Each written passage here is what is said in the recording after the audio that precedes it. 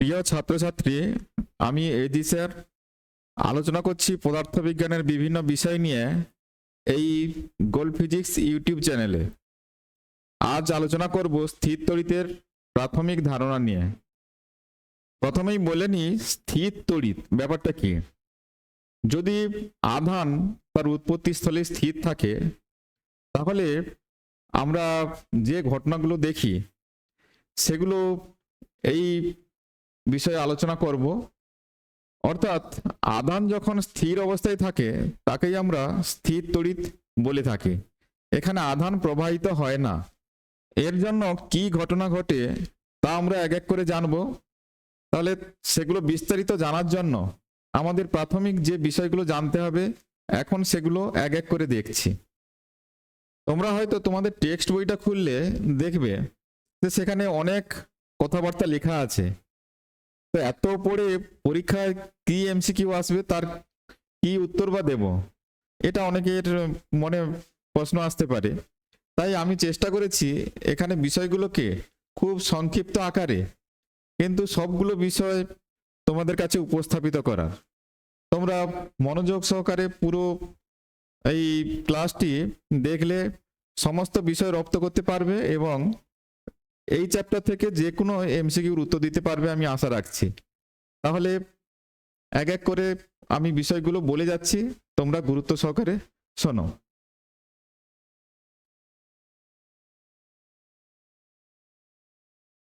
প্রথমে আসছি স্থির তড়িৎ আধান সৃষ্টির কারণ। এর মূল কারণ হচ্ছে ঘর্ষণ। দুটি বস্তুর মধ্যে ঘর্ষণের জন্যই দুটি বস্তুতে বিপরীতধর্মী আধান সৃষ্টি হয়। তো এখানে ঘর্ষণের জন্য আমরা যে যান্ত্রিক শক্তি ওখানে প্রয়োগ করে থাকি, সেই শক্তি ওই দুটি বস্তুর মধ্যে একটি থেকে অন্যটিতে আধান বা তথা ইলেকট্রন স্থানান্তরে সহায়তা করে। মানে বিষয়টা এরকম, যখন আমরা দুটো বস্তু একটা সংস্পর্শে আর একটা বস্তু থেকে যখন আমরা একটা বস্তুকে অন্য বস্তুর উপর রেখে ঘষাঘষি করি, তখন কি হয়, এখানে যে শক্তি আমরা প্রয়োগ করি ওই শক্তি ইলেকট্রন গ্রহণ করে ওই একটি পদার্থের পরমাণুর নিউক্লিয়াসের বন্ধন ছেড়ে বেরিয়ে যায়। বেরিয়ে ওটা যায় কোথায়? অন্য আর যে পদার্থটার উপর এই পদার্থটা ঘষছি ওটার কাছেই চলে যায়। অর্থাৎ যার ইলেকট্রন ছাড়ার প্রবণতা আছে সেখান থেকে ইলেকট্রনটি যে পদার্থের ইলেকট্রন নেওয়ার প্রবণতা আছে তার কাছে চলে যায়।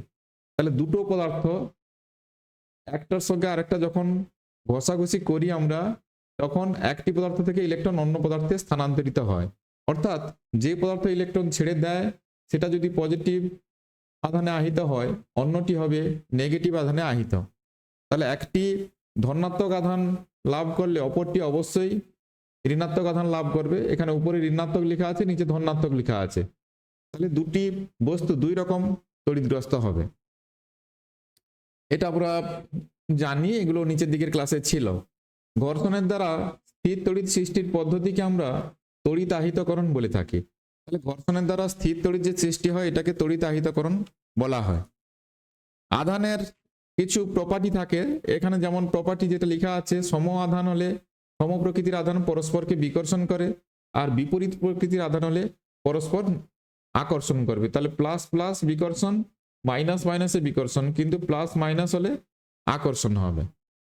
দুটি বস্তুর যে ধর্মের জন্য আকর্ষণ বা বিকর্ষণ বল কাজ করে তাকে আধান বলে। অনেক সময় আধান কি এটা অনেকে জানতে চায়, যদিও সেভাবে কোনো ডেফিনেশন দেওয়া সম্ভব নয়, তবে এরকম ভাবে আমরা বিষয়টাকে বলতে পারি।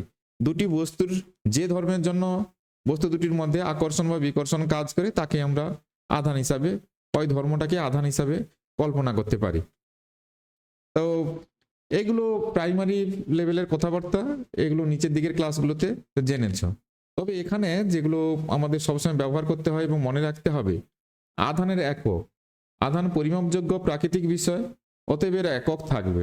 একক কি হবে? কুলম হবে। এটা এসআই একক অথবা ব্যবহারিক এককও বলতে পারি, ব্যবহারিক অথবা এসআই একক। আর কি চলে? স্ট্যাট কুলম বা ইএসইউ ইউনিট, যেটা স্ট্যাট কুলম বা ইএসইউ ইউনিট, এটা হচ্ছে সিজিএস পদ্ধতি একক। তো ইলেকট্রোস্ট্যাটিক ইউনিট এটাকে বলি অনেক সময়। তা আমরা এই কুলম আর স্ট্যাট কুলমের মধ্যে সম্পর্ক হচ্ছে 1 coulomb equal to 3 × 10⁹ stat coulomb বা ইএসইউ একক। এটা আমাদের মনে রাখতে হয়, আর কুলমটা তো এটা সবসময় মনে রাখতে হবে। আধানের মাত্রা হচ্ছে আইটি। আধান কোনো মূল একক নয়। আমরা তড়িৎ প্রবাহ মাত্রা আই সমান জানি Q/T হয়, তাহলে Q সমান আইটি। তাহলে আধানের মাত্রা হবে এটা আই স্মল টি, তা আধানের মাত্রা হবে আই ইন্টু টি। এটা আধানের সংরক্ষণ নীতি। কোনো বিচ্ছিন্ন সংস্থার মোট আধান সর্বদাই ধ্রুবক থাকবে। কোনো আইসোলেটেড সিস্টেমে যে আধান ছিল সেটা সবসময় অপরিবর্তিত থাকবে না। আধানকে সৃষ্টি বা ধ্বংস করা যায় না। আধান কি হয়, এক বস্তু থেকে অন্য বস্তুতে সঞ্চালিত হতে পারে, কিন্তু কোনো বিচ্ছিন্ন সংস্থার ক্ষেত্রে মোট আধান সর্বদাই ধ্রুবক থাকবে। এটা হচ্ছে আধানের সংরক্ষণ নীতি বলি আমরা। কোনো আহিত বস্তুর মোট আধানের পরিমাণ, এইটা খুব গুরুত্বপূর্ণ বিষয়। আহিত বস্তুর মোট আধানের পরিমাণ কত হবে? কোনো আহিত তড়িতাহিত বস্তু আমি যেভাবে আহিত করি না কেন, তড়িতাহিত বস্তুর মোট আধানের পরিমাণ Q ± NE। এখানে এনটা কি আর ইটা কি? এনটা হচ্ছে একটি পূর্ণ সংখ্যা, যে কোনো পূর্ণ সংখ্যা, আর ইটা হচ্ছে ইলেকট্রনের আধান। ইলেকট্রনের আধান সেটা কত? 1.6 × 10⁻⁹ এত কুলম। তাহলে যে কোনো বস্তুর আধান সেটা পজিটিভ হোক কিংবা নেগেটিভ হোক, যখন আমরা কোনো আহিত বস্তুর আধানের কথা কল্পনা করব, সেটার আধানটা একটি ইলেকট্রনের আধানের মানের পূর্ণ সংখ্যার সরল গুণিতক হবে। পূর্ণ সংখ্যার সরল গুণিতক। কখনোই ভগ্নাংশ আকারে কোনো বস্তুতে আধান থাকতে পারে না। এটাকে আধানের কোয়ান্টাইজেশন রুল বা আধানের কোয়ান্টায়ন নীতি বলা হয়। এখান থেকে এমসিকিউ থাকে। আমি লাস্টে এমসিকিউর দিকে আসছি, আমি কথাগুলো আগে বলে নিই। তাহলে সংরক্ষণ নীতিটা বিশেষ কিছু গুরুত্বপূর্ণ নয়, কিন্তু এই কোয়ান্টাইন নীতিটা বেশ গুরুত্বপূর্ণ বিষয়। এটাকে ভালো করে দেখবে, এটা পরীক্ষাতেও প্রায় কোশ্চেন থাকে। এইটা ভালো করে দেখবে। আর আধানের এককটা ভালো করে দেখবে। নেক্সট, বিকর্ষণ হলো তড়িৎগ্রস্ততার নিশ্চিততর প্রমাণ। তাহলে একটা আহিত বস্তু,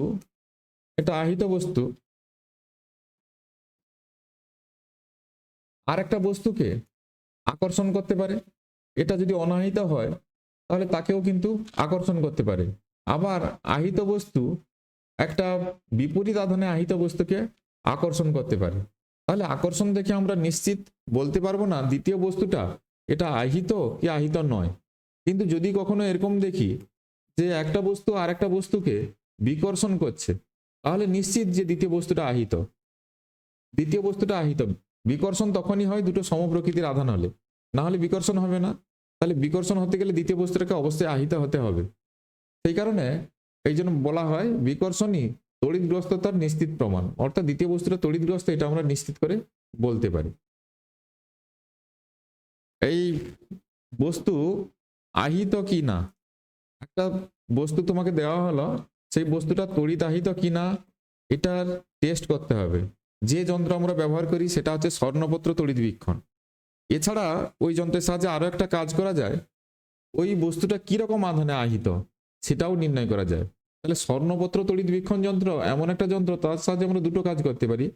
বস্তু আহিত কিনা সেটা চেক করতে পারি, আর আহিত বস্তুর আধানের প্রকৃতি নির্ণয়ও করতে পারি। কোনো বস্তু তড়িৎগ্রস্ত বস্তুর কাছাকাছি অবস্থিত কোনো পরিবাহীতে তড়িৎ সঞ্চারিত হওয়ার ঘটনাকে কোনো তড়িৎগ্রস্ত বস্তুর কাছাকাছি অবস্থিত, তাহলে এরকম একটা তড়িৎগ্রস্ত বস্তু, তার কাছাকাছি একটা অনাহিত বস্তু যদি রাখা হয়, এখানে কি হয়, কিছু তড়িৎ আধান সৃষ্টি হয়ে যায়। পরিবাহীতে তড়িৎ সঞ্চারিত হওয়ার ঘটনাকে আমরা তড়িৎ আবেশ বলি। তাহলে এই ঘটনাকে আমরা তড়িৎ আবেশ বলি। তাহলে এটা হচ্ছে আহিত বস্তু। আহিত বস্তুর কাছে একটি যদি অনাহিত বস্তু রাখা হয়, এই বস্তুটা বেশ বড়, অনাহিত বস্তু রাখা হয়েছে, তাহলে অনাহিত বস্তুতে তড়িৎ আধান আবিষ্ট হয়। এই ঘটনাকে আমরা তড়িৎ আবেশ বলে থাকি। যে আধানটা এখানে রাখা হয়েছে এটা যদি পজিটিভ হয় তাহলে এই কাছের দিকে অনাহিত বস্তুতে কাছের দিকে ঋণাত্মক মানে বিপরীত ধর্মী আধান আবিষ্ট হবে। এটা যা আছে এটা প্লাস আছে, তাহলে এখানে মাইনাস হবে। এখানে যদি মাইনাস থাকতো তাহলে এখানে এখানে তাহলে প্লাস হতো। এই কাছের প্রান্তে সবসময় বিপরীত আধান এবং দূরের দিকের প্রান্তে সম প্রকৃতির আধান সৃষ্টি হয়। এই ঘটনাকে আমরা তড়িৎ আবেশ বলে থাকি। তাহলে এই আধান দ্বারা আবেশ সৃষ্টি করেছি, তাহলে এটাকে আবেশী আধান বলে, আবেশী। আর এগুলোকে একত্রে আমরা আবিষ্ট আধান বলি, আবিষ্ট আধান, আবিষ্ট আধান, আবেশী আধান আর আবিষ্ট আধান। আবেশের ফলে সমপরিমাণ বিপরীতধর্মী আধানের সৃষ্টি হয়।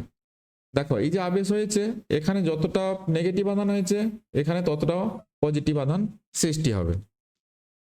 আর এই আধানটাকে, এই আধানটা আবেশী বস্তুর কাছে যে আধানটা আবিষ্ট হয়েছে এটাকে আমরা বদ্ধ আধান বলি, বদ্ধ, বদ্ধ আধান। আর এই দিকে দূরের দিকে যেটা সৃষ্টি হয় সেটাকে আমরা বলি মুক্ত আধান। কেন? এটাকে যদি আমরা ভূমির সঙ্গে যুক্ত করি তাহলে এই আধানটা, এই যে দূরের দিকের প্রান্তে যে আধানটা সৃষ্টি হয়েছে ওটা ভূমিতে চলে যাবে, কিন্তু কাছের দিকে যে আধানটা, যেহেতু এই আবেশী বস্তু উপস্থিত, কাছের দিকের আধান ভূমিতে যাবে না, তাই এটাকে আমরা বদ্ধ আধান বলে থাকি। আকর্ষণের পূর্বে আবেশ, অর্থাৎ একটা আহিত বস্তুর কাছে একটা অনাহিত বস্তু আনলে অনাহিত বস্তুতে আগে কি হবে? তড়িৎ আবেশ সৃষ্টি হবে, কাছের প্রান্তে বিপরীত আধান সৃষ্টি হবে, তারপরে একে আকর্ষণ করবে। এই জন্য বলা হয় আকর্ষণের পূর্বে আবেশ।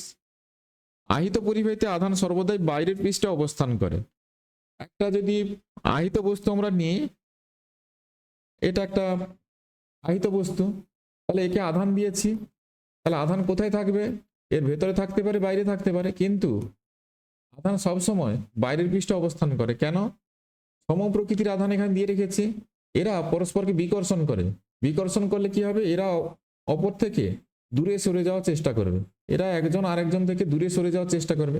দূরে সরে যাওয়ার অর্থ যেখানে বেশি ক্ষেত্রফলযুক্ত জায়গা পাবে সেখানেই আধানগুলো অবস্থিত হবে।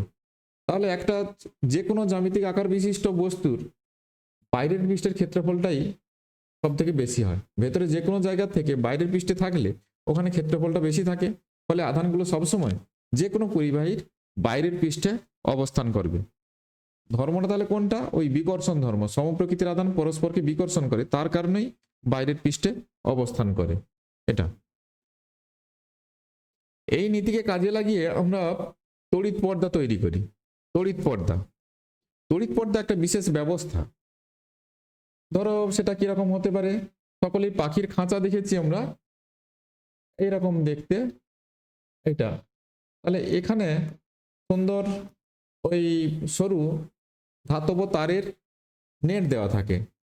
তো এরকম যদি নেট দেওয়া একটা জায়গা হয়, ওই খাঁচার ভেতরের অংশটা, খাঁচার বাইরে এরকম নেট দেওয়া আছে, খাঁচার ভেতরের অংশ, অথবা পুরোটাই ওই খাঁচার মতো পুরোটাই যদি ধাতব পাত দিয়ে মোড়া থাকে, ভেতরটা যদি ফাঁকা থাকে, তাহলে সেই সিস্টেমটাই একটি তড়িৎ পর্দা হিসাবে কাজ করে। কেন? এর কাছাকাছি যখন কোনো আহিত বস্তুকে আনবে, পজিটিভ আধানে আহিত বস্তু আনলে, ধরো আনলে কি হবে? এই খাঁচায় যদি এটা তার থাকে, ধাতব তার থাকে, কাছের দিকে প্রান্তে নেগেটিভ আধান, বিপরীত দিকে পজিটিভ আধান আবিষ্ট হবে।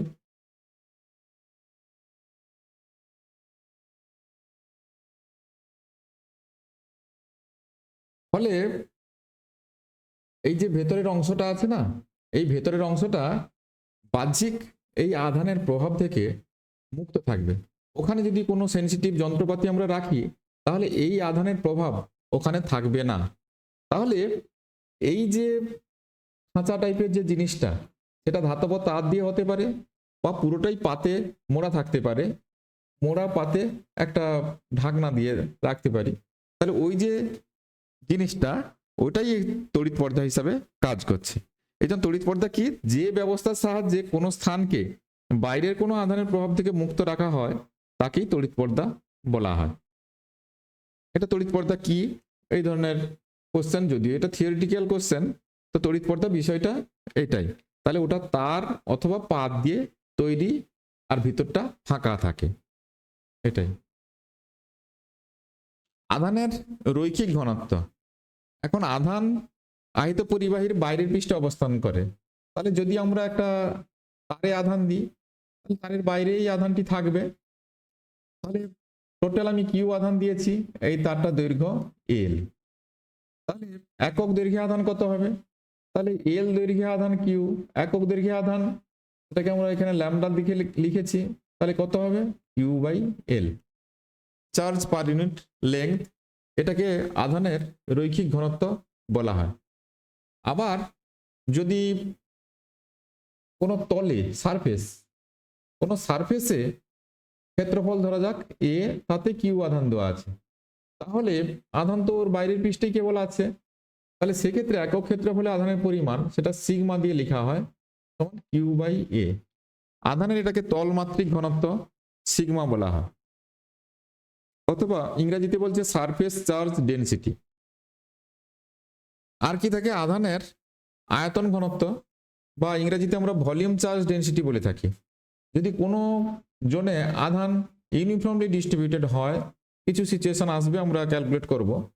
এখানে যদি কিউ আধান এই ভি ভলিউমে ডিস্ট্রিবিউট হয়ে আছে, সেক্ষেত্রে volume charge density equal to Q by V হবে এটা। তবে আমাদের এখানে এইটি বেশি করে ব্যবহার হবে। এটা তড়িৎ ক্ষেত্র প্রাবল্য যখন আলোচনা করব তখন এটা কোনো কোনো জায়গাতে আসবে, এটাও কোনো জায়গাতে আসতে পারে, কিন্তু এইটা এখানে আপাতত বেশি করে আমরা আলোচনা করব। তাহলে আধানের যে তলমাত্রিক ঘনত্বের কথা বলছি, কোনটা? এইটা এর একক, তাহলে সিগমা এর একক কি হবে? এটা হবে চার্জের একক হচ্ছে কুলম, আর তলায় ক্ষেত্রফলের একক metre square, coulomb per metre square. আর এর মাত্রা, তলমাত্রিক ঘনত্বের মাত্রা কি হবে? তাহলে উপরে হবে আইটি চার্জের মাত্রা, তলায় হবে ক্ষেত্রফলের মাত্রা, এটা সমান I T L to the power -2, IT L to the power -2।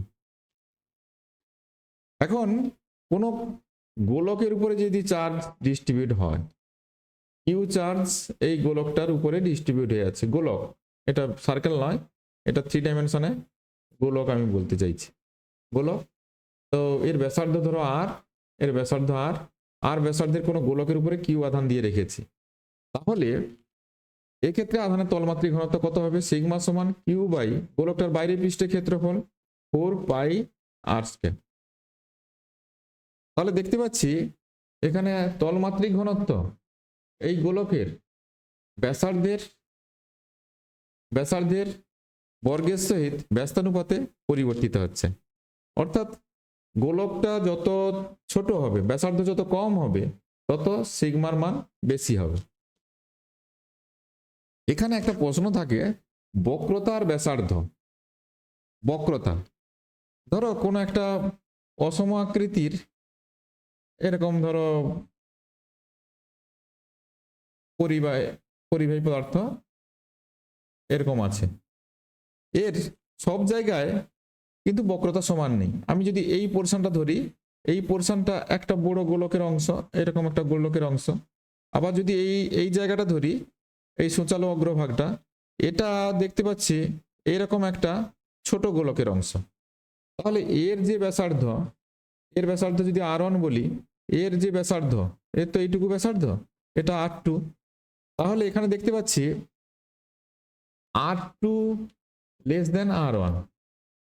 তাহলে এখানে যেখানে একটু সূচালো জায়গা থাকবে, সেখানে কিন্তু যে গোলকের অংশ, সেই জায়গাটা যে গোলকের অংশ, সেই গোলকের ব্যাসার্ধ কিন্তু কম। ব্যাসার্ধ কম মানে তার বক্রতা বেশি বাঁকা আছে। ব্যাসার্ধ কম হলে বাঁকা বেশি হয়, ব্যাসার্ধ বড় হলে বাঁকাটা কম থাকে। তাহলে বক্রতার সঙ্গে ব্যাসার্ধের সম্পর্ক, এটা দেখো, বক্রতার সঙ্গে ব্যাসার্ধের সম্পর্ক কিন্তু ব্যস্ত সম্পর্ক। অর্থাৎ বক্রতা বেশি হলে ব্যাসার্ধটা কমে যায়। তাহলে বক্রতা বেশি হলে ব্যাসার্ধ কমে, বক্রতা কম হলে ব্যাসার্ধ বাড়ে, এটা। তাহলে বক্রতার সঙ্গে ব্যাসার্ধের সম্পর্কটা কিন্তু ব্যস্ত সম্পর্ক। আবার দেখো, বক্রতা যদি এখানে কমছে মানে এই যে এখানে এখানে বেশি বক্র, বেশি বক্র মানে ব্যাসার্ধ কম, ব্যাসার্ধ যদি কম হয় সিগমার মান বেশি হবে, সিগমার মান বাড়বে।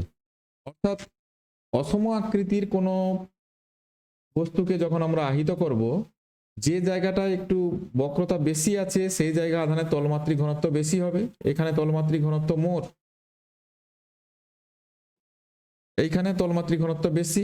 আর যেখানে ফ্ল্যাট সারফেস হবে বক্রতা কম থাকবে এখানে, এখানে কিন্তু আধানের তলমাত্রিক ঘনত্ব কম হবে, উল্টাটা হবে। দেখতে পাচ্ছি এই নিয়ম অনুযায়ী।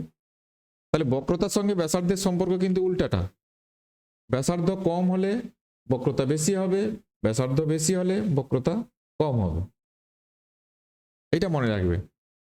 আর আহিত পরিবাহীর সূচি মুখের কাছে যদি আমরা এই যে সুচালু মুখের কথা বলছি, তাহলে আধান যদি এই পুরো পরিবাহীটার উপর দিই তাহলে এখানে আধানের তলমাত্রিক ঘনত্ব সব থেকে বেশি হবে। এবং যদি এটাতে অতিরিক্ত এরকম আধান দিতেই থাকি তাহলে এক সময় কি হবে, এই সূচিমুখের কাছে যে বায়ুর কণাগুলো আছে তারা সূচিমুখ থেকে আধান সংগ্রহ করে সম আধান লাভ করবে এবং তারা বিকর্ষিত হয়ে দূরের দিকে সরে যাবে। ফলে সূচিমুখের কাছে একটি হালকা তড়িৎ প্রবাহ ওই বায়ু প্রবাহের সৃষ্টি হয়, সূচিমুখের কাছে হালকা একটি বায়ু প্রবাহের সৃষ্টি হয়, সেটাকে আমরা তড়িৎ বার্তা বলে থাকি, তড়িৎ বার্তা বলা হয়। আর তোমরা লাইটনিং কন্ডাক্টর বা বজ্র নিবারক দণ্ড, যেটাকে বজ্র বহ অনেক সময় বলে, একটা কন্টিনিউয়াস ধাতব পাত বা রড বাড়ির সর্বোচ্চ অংশ থেকে একবারে ভূমি পর্যন্ত নিরবিচ্ছিন্নভাবে লাগানো থাকে, যেটা বেশ চওড়া হয় এবং তড়িতে সুপরিবাহী পদার্থ দিয়ে তৈরি হয়। মূলত ওটা তৈরি হয় তামা দিয়ে। আর ওর সর্বোচ্চ যে অংশটা থাকে সেখানে সূচিমুখ করা থাকে, অর্থাৎ সুচালু অগ্রভাগ থাকে, আর নিচের অংশটা কিন্তু ভূমির সঙ্গে ভালোভাবে যুক্ত থাকে। তো ওইটাকে আমরা বজ্রবহ বা বজ্র নিবারক দণ্ড বলে থাকি। তো ওটা সূচিমুখের আধান ক্ষরণ ক্রিয়ার নীতি অথবা সংগ্রহণ ক্রিয়ার নীতির উপর কাজ করে। যদি বজ্রবহ হিসাবে বলি, অর্থাৎ আধানটাকে ধরে নিচ্ছে, বহন করছে, তাহলে সূচিমুখের তাহলে ক্ষরণ ক্রিয়া। আর বজ্রবহ উল্টাটাও হতে পারে, সূচিমুখের সংগ্রহণ ক্রিয়া, অর্থাৎ আধানকে ধরতেও পারে, অর্থাৎ ভূমিতে আধানটা সঞ্চালিত করবে। ওটা হয় আধান ক্ষরণ করবে, মানে আধান ছেড়ে দিয়ে মেঘকে প্রশমিত করে দেবে, তাহলে মেঘ ওখান থেকে উড়ে চলে যাবে।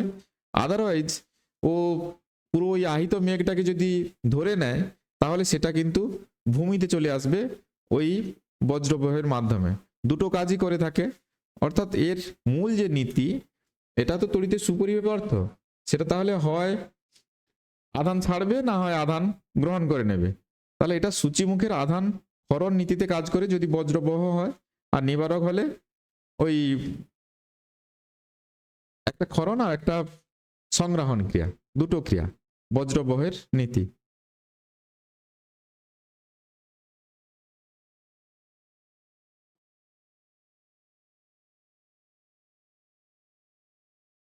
নেক্সট কয়েকটা এমসিকিউ দেখছি। একটি বিচ্ছিন্ন সংস্থার মোট আধান, বিচ্ছিন্ন সংস্থার মোট আধান সর্বদা ধ্রুবক থাকবে, এটা ধ্রুবক থাকবে। আধানের সংরক্ষণ নীতি যেটা বলছে বিচ্ছিন্ন সংস্থার মোট আধান সর্বদা ধ্রুবক থাকে। একটি আহিত বস্তুর আধানের সর্বনিম্ন মান আমরা আধানের কোয়ান্টাম নীতি অনুযায়ী জানি, Q equal to plus minus N E. তাহলে এন এর সর্বনিম্ন মান যেটা হতে পারে 1 হতে পারে, তাহলে কিউ সমান কেবল ই হতে পারে। ই মানে এখানে ইলেকট্রনের আধান 1.6 ইন্টু 10⁻⁻19 কুলম্ব, তাহলে এইটা হবে সর্বনিম্ন মান। 2 কুলম্ব তড়িৎ-আধানে ইলেকট্রনের সংখ্যা কত হবে? 2 কুলম্ব তড়িৎ-আধানে ইলেকট্রনের সংখ্যা কত হবে? তাহলে 1 কুলম্ব, এখানে ইলেকট্রনের আধানটা কত? একটি ইলেকট্রনের আধান 1.6 ইন্টু 10⁻⁻19 কুলম্ব। তাহলে 2 কুলম্ব তড়িৎ-আধানে কতগুলি ইলেকট্রন আছে? তাহলে কিউ সমান আমি এভাবে লিখতে পারি এন ইন্টু ই। তাহলে এন সমান কিউ বাই ই। কিউর মান কত 2 কুলম, আর ইর ভ্যালু আছে 1.6 ইন্টু 10⁻⁻19 ইকুয়াল টু, এটা তাহলে যদি পয়েন্টকে সরিয়ে দিই এটা 20 আসবে 4.5, তাহলে 1.25 ইন্টু 10⁻19 এতটি। কিন্তু 1.25 না, ওইভাবে দেওয়া নেই, তাহলে এটাকে সাজিয়ে নাও 12.5 ইন্টু 10⁻18 এতটি ইলেকট্রন, তার মানে সিটটা হবে। একটি সাবানের বুদবুদকে ঋণাত্মক আধান দেওয়া হলো, সেটির ব্যাসার্ধের কি পরিবর্তন হবে? তাহলে একটা সাবানের বুদবুদ, এটাতে কিছু নেগেটিভ চার্জ আমি অ্যাড করেছি, এটা তাহলে কি হবে, কিসের কি হবে, ব্যাসার্ধের কি হবে?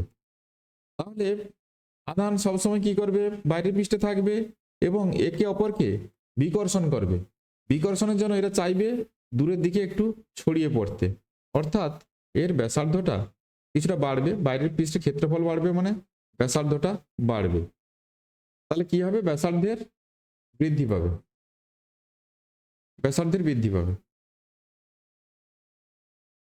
আধানের তলমাত্রিক ঘনত্ব সিগমা ও বক্রতার মধ্যে সঠিক সম্পর্কটি, সিগমা সমানুপাতিক 1/r² হয়, আবার বক্রতা সমানুপাতিক 1/r হয়। তাহলে সিগমা সমানুপাতিক বক্রতা স্কয়ার, সিগমা সমানুপাতিক বক্রতা স্কয়ার, এইটা অর্থাৎ বক্রতা যত বেশি হবে সিগমাও তত বাড়বে এবং স্কয়ারের সহিত প্রপোর্শনাল হয়ে আছে।